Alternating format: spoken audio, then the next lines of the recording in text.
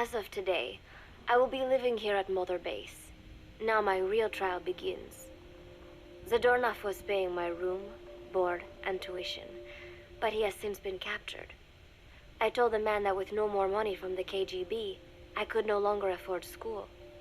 He bought my story, and when I said I would be willing to work, he took pity on me and let me stay. For some reason, Miller really pled my case. That was helpful, but the man is still a fool. His men are no better. They think their training makes them strong, but that kind of strength is nothing in the face of true power. And better yet, they wait on me hand and foot, believing I am just a schoolgirl. Looks like I won't be working too hard after all. Just today, while scouting out the living quarters, I saw a group of them in the corner of the deck making a fuss. Going over for a look, I saw they were feeding a kitten.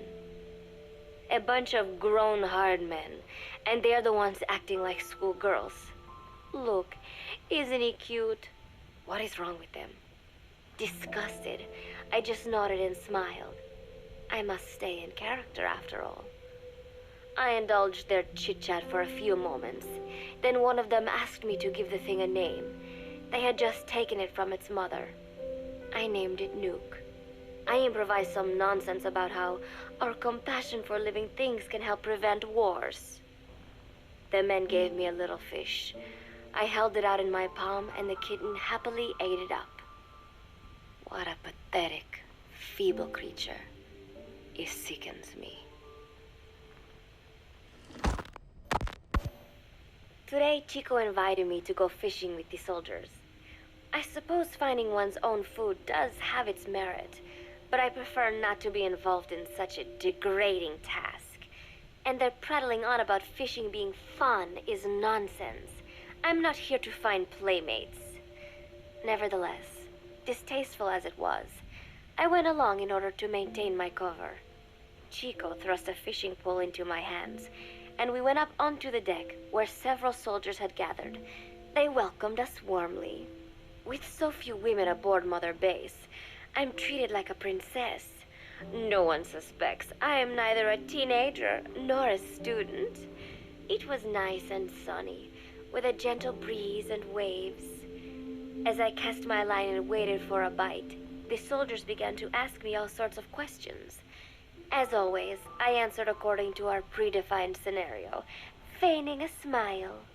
As I sat there feeding them lies, the fish began to bite, and the soldiers began to focus on their prey. Chico had his bait stolen by a fish, and got so angry that he stood up and nearly fell into the sea. Everybody laughed. It almost made me want to join in too. At some point, I got a bite myself. The instant after I felt that first gentle tug, the fish yanked the line with astonishing strength, and I let out a cry of surprise. I thought he was going to be huge. It was my first time fishing, and I was a bit flustered, so the soldier beside me helped by supporting the pole from behind. "Reel it in," they shouted. I nodded, turning the handle as fast as I could. I wondered what kind of fish live below the surface, and thought back to the deep sea dives I had to do as part of training. Those were difficult days, but I remember finding the multicolored fish gliding through the water incredibly soothing. After a hard fight, I pulled it up. To my surprise, it wasn't even half a vara, rather anticlimactic. But I wasn't doing it for fun, so I wasn't the least bit disappointed. Nook was hovering nearby with an expectant look on his face, so I gave the fish to him. All in all, a thoroughly wasted day. Preparations are coming along nicely. No one suspects me of being the one to let Zadornov out of his cell. Today, Amanda and I taught Cecile how to make gallo pinto. It is a simple home-cooked dish consisting of black frijoles mixed with arroz. It is well known throughout Central America, not just in Costa Rica, so it is no surprise that a Nica like Amanda would be good at making it. But I was raised in the States from a very young age, and could hardly even remember my mother's gallo pinto, having to make chit-chat with that clueless bird lover and the so-called revolutionary was excruciating. And, clueless or not, I wanted to be especially careful around Cecile, the one who actually recorded that tape. Thankfully, Miller and his men seemed to believe I mistook the tape I found for one my friend made. In any case, one can never be too careful. Anyway, the three of us minced garlic and herbs, then cooked them in a pot with frijoles we'd soaked overnight. While waiting for them to cook, we sautéed onions and arroz in a frying pan. Cecile worked the frying pan according to Amanda's directions, but seemed a bit glum. She does have a knack for cooking, though. She is French, after all. We added water to the pan and watched the arroz begin to steam. While we waited, Amanda shared memories of her mother with us. They had been separated because of Simosa, but the taste of her mother's cooking was still fresh in her mind. When the frijoles were ready, we drained the water, stir-frying them with the rest of the vegetables. Quite a complicated process for home cooking. Nonetheless, it kept them occupied. The longer we sat and talked, the greater the chance of my arousing their suspicions. With women, it is not enough to just bat your eyelashes and giggle. It takes a lot of effort to divert attention. When the arroz was done cooking, we folded it into the frijoles and added salsa, stirring the mixture as it simmered. At this point, for some reason, the conversation turned to romance. Why does it have to be that way whenever women get together and chat? Cecile fancies herself to be well-versed in such matters, and gave Amanda all sorts of advice. It was harmless enough, until, to my irritation, she began pestering me whether there was anybody I liked. Not right now, I said, trying to dodge the question. But she pressed on. It's Snake, isn't it? I gritted my teeth and played it coy. Maybe. Cecile nodded and giggled. He is pretty sexy, isn't he? What a ditz! It's all I can manage to just survive. The thought of romance has never once crossed my mind. I have no interest in that kind of man. Soon enough, a rich aroma began to fill the room. The gallo pinto was ready. New came over and rubbed up against our legs, looking for a handout. Unfortunately, it was not the kind of food a cat would like. We let a few of the soldiers have a bite, and then headed off to the mess hall. The home-cooked flavor we'd achieved was a big hit with the men of MSF. Not that we are trying to impress them or anything. Even I could manage a dish like that. Snake enjoyed it too. Let me make this absolutely clear. I have no interest in that man. Football, or soccer as it is known in the States, is extremely popular here. It has not caught on yet in the US, but it has legions of rabid fans all across Latin America. These fans can get so rowdy that it is commonly believed El Salvador and Honduras went to war in 1969 over scuffles in a soccer match. In reality, tensions between the two countries were already high. The match was merely one of the sparks that set them off. But these people are so passionate about this sport that the story seems plausible. Predictably, many of the soldiers here are fans. They have apparently divided themselves into Costa Rican and Nicaraguan teams and started playing each other. To play, you need a ball and 2 goals. The R&D team built and set up simple goals on the deck. I had absolutely no interest, but Chico insisted that I come and watch. It was not a proper match by any means. The pitch was not even regulation size, but the players and spectators alike got pretty excited. They banged empty cans and shouted cheers through the handmade megaphones. It almost felt like carnival. Huey, the referee, blew a whistle to start the match. The soldiers' training has left them in excellent physical shape, but they lacked the honed skills of professionals and their play was quite rough. Midway through, one of the men collided with another. They started shouting at one another, but Huey stepped in. I thought we had forsaken our countries, become one with the earth, he said, quoting Snake. We are not competing for national pride here, and we are not fighting for the good of any one country. This is not a war. Soccer is a peaceful sport, am I right? The soldiers nodded. They know the pain of war, and they share Snake's vision. Perhaps that is why all this resonates with them. Team Costa Rica was down a man, and somehow I was picked to fill in. Costa Rica had the advantage up until that point. I suppose Huey wanted to keep it balanced. The soldiers agreed with Huey's call. Maybe the Costa Rican players felt an even matchup would be more fun too. I could not be bothered to run at first, but chasing the ball out there in the hot sun, I was soon drenched in sweat. Before long, I found myself actively seeking out the ball, partially out of desperation. I picked up a loose ball deep on the opponent's side of the field. Even though he's Nicaraguan, Chico cheered me on, yelling, "Go for it, shoot!" I launched the ball as hard as I could, only to have it blocked by the keeper. Disappointment only increased my determination. In the end, I didn't score a single goal, and Costa Rica gave up its lead. It was really close, though. We congratulated each other on a good match and sprawled out in the shade on the deck, exhausted. The ocean breeze felt so nice on my sun-soaked body. Nuke came over. It is one of his favorite spots, and stretched out next to me. And together, we watched fluffy white clouds drift lazily across the clear blue sky. It was lovely out today, so I decided to sun myself in a lounge chair up on the deck when Strangelove came up to me. Despite the heat, she was in her usual long sleeves and pants. I waved at her. She looked away and mumbled, "Hello there. Fancy meeting you here." I asked if she needed anything, feeling her eyes creeping up and down my body like she was savoring it.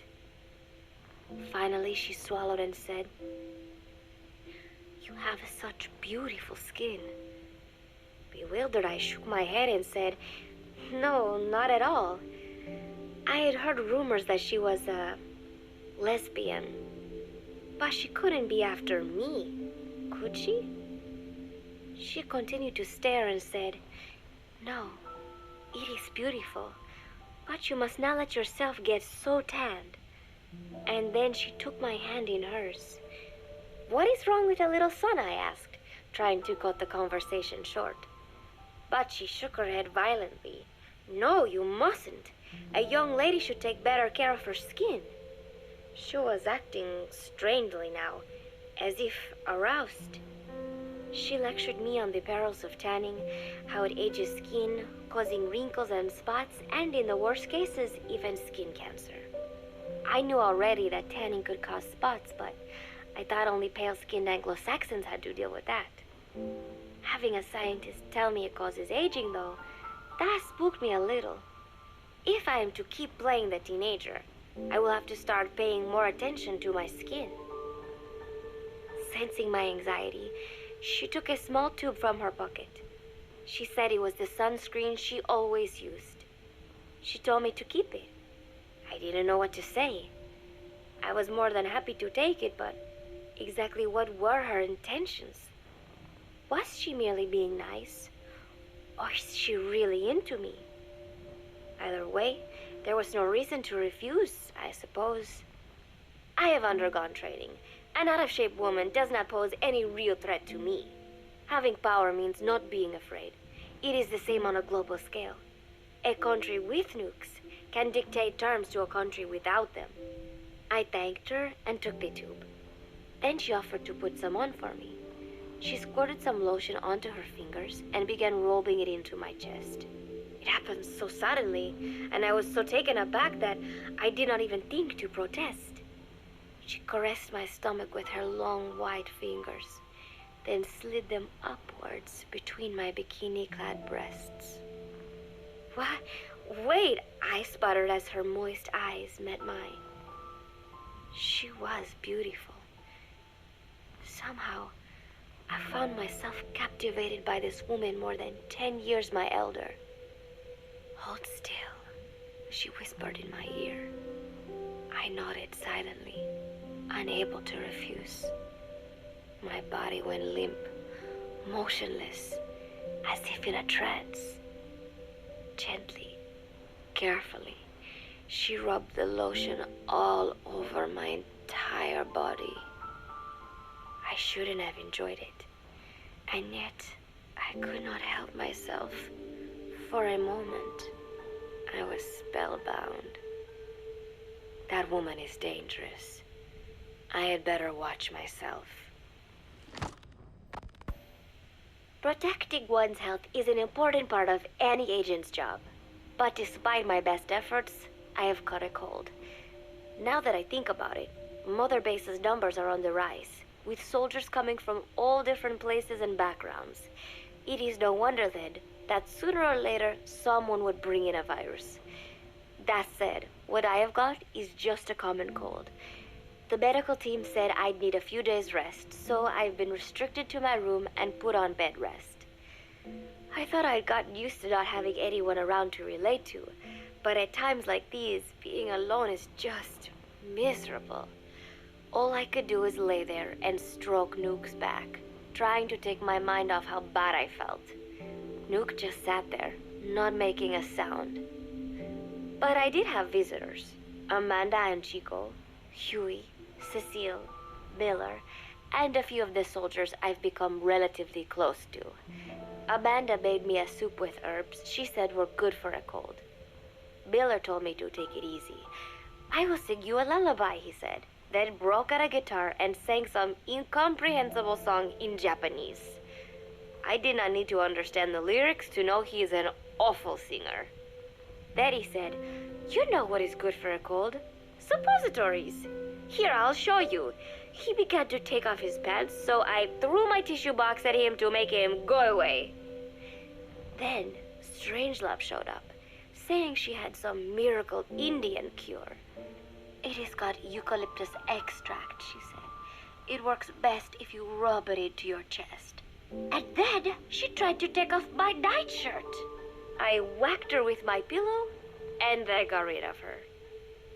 Chico brought me a little flower in a cup. It had been growing in a little bit of earth that probably found its way on board, stuck to something else. "I found this on the deck. Here, you can have it." He tried to act nonchalant, but I am pretty sure he's got a crush on me. None of them understand.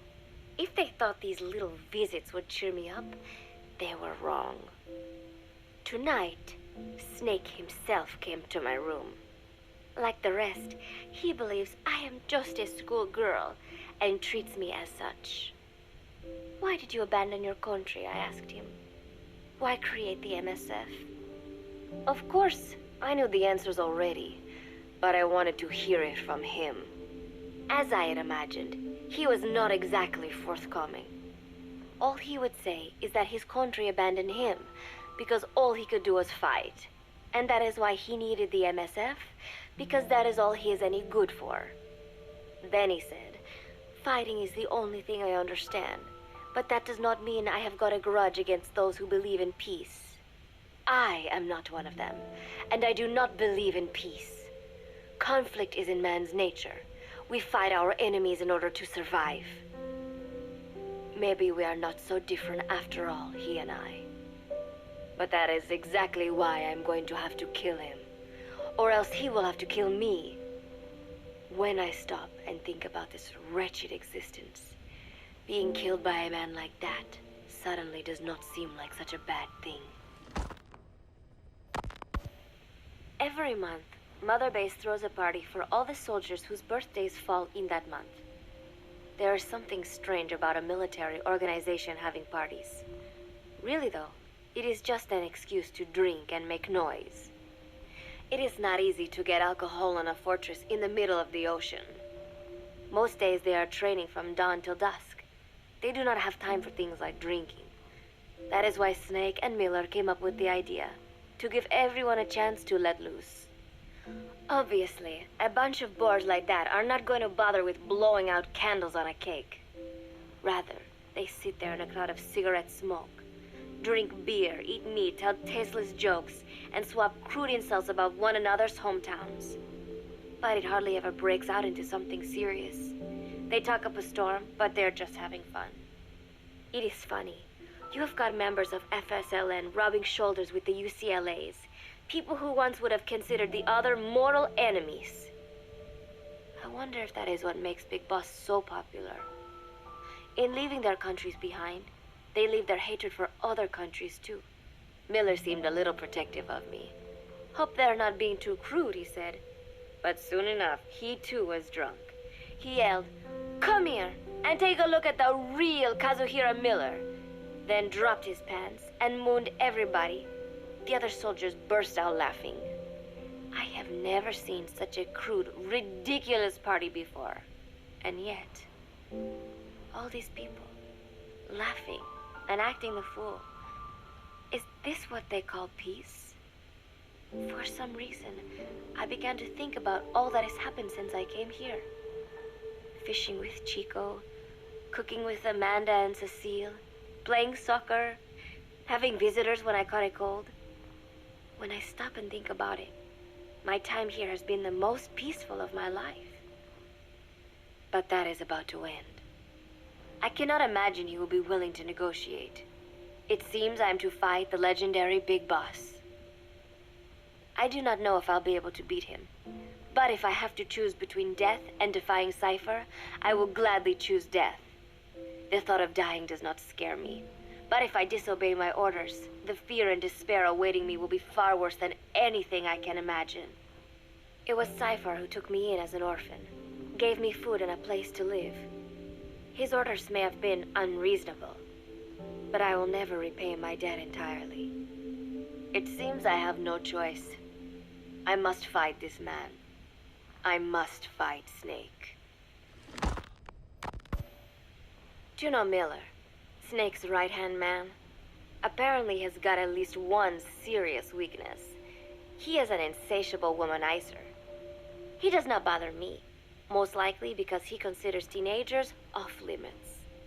But he has hit on every single one of the few female soldiers here at Mother Base. They ought to be telling him where to stick it, but end up falling for it so easily. I think some of it stems from the fact that he is actually not that bad looking. Anyway, today, that nasty habit got him in trouble.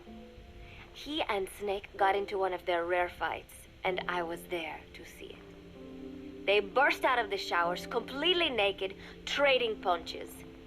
I am no child. The sight of a naked man does not make me blush. But this was something else. "Maybe this'll teach you," Snake yelled as he slammed his fists into Miller's chest. I heard later that apparently he had been two-timing someone, and that same someone had gone to Snake with her troubles.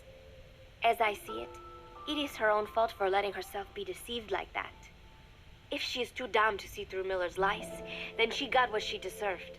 But this was not the first time it had happened, or the second, and Snake read Miller the riot act. Miller argued back, and what began as a shouting match turned into a fist fight. "You son of a bitch," Miller yelled as he swung. "Not bad," said Snake, smiling, "but not good enough." And then he was back on the offensive. They had already been at it pretty hard in the showers, and their bodies were covered with bruises. Both of these men had been trained for war, their bodies deadly weapons. They were each bleeding from a dozen places. All this from a fist fight. Even so, it was far less gruesome than if they had given it their all. It was obvious that one of them would be dead were they fighting for real. Miller took another swing, yelling, "Try this then!" Snake parried, then responded in kind. But I could tell he was not aiming for anything vital. "You are one tough bastard, boss," Miller muttered. A smile crept across his face as he caught his breath. And then they went right on fighting. Blood and sweat flew off their glistening bodies. It was combat without hatred or hostile intent. I had never seen violence like this before. And yet, it was more than just a friendly tussle. They were utilizing every technique they knew. It was not a sporting match. They were not playing by the rules. How could they keep this up? At last, the two men tired themselves out, and the bizarre scene came to an end. They looked at each other's battered bodies, and then burst out laughing, embracing and congratulating each other on a good fight. It all seemed so idiotic. I still cannot fathom such behavior. But somehow, I got the sense that for all his womanizing, Miller really only trusted one person, and that was Snake. There was no way I could ever come between the two of them, and at that thought, I began to feel as if I had lost. All of Mother Base is preparing for a festival. Since Snake and his soldiers spend so much time fighting, they are setting aside one day a year for peace and relaxation. I do not know all the details, but apparently that is what Snake and Miller decided. These soldiers love the idea, of course. There is so little fun to be had here that everybody looks forward to events like these. That is all well and good, but somehow I got roped into getting on stage. Come on, we even both have peace in our names, said Miller. And Zadarnov, that old Ruski's name, has something to do with peace too, right? Hey, as long as we're having a day of peace, we ought to get an act together. The Three-Piece Band. I thought he was joking. He then proceeded to share his idea without bothering to check with me.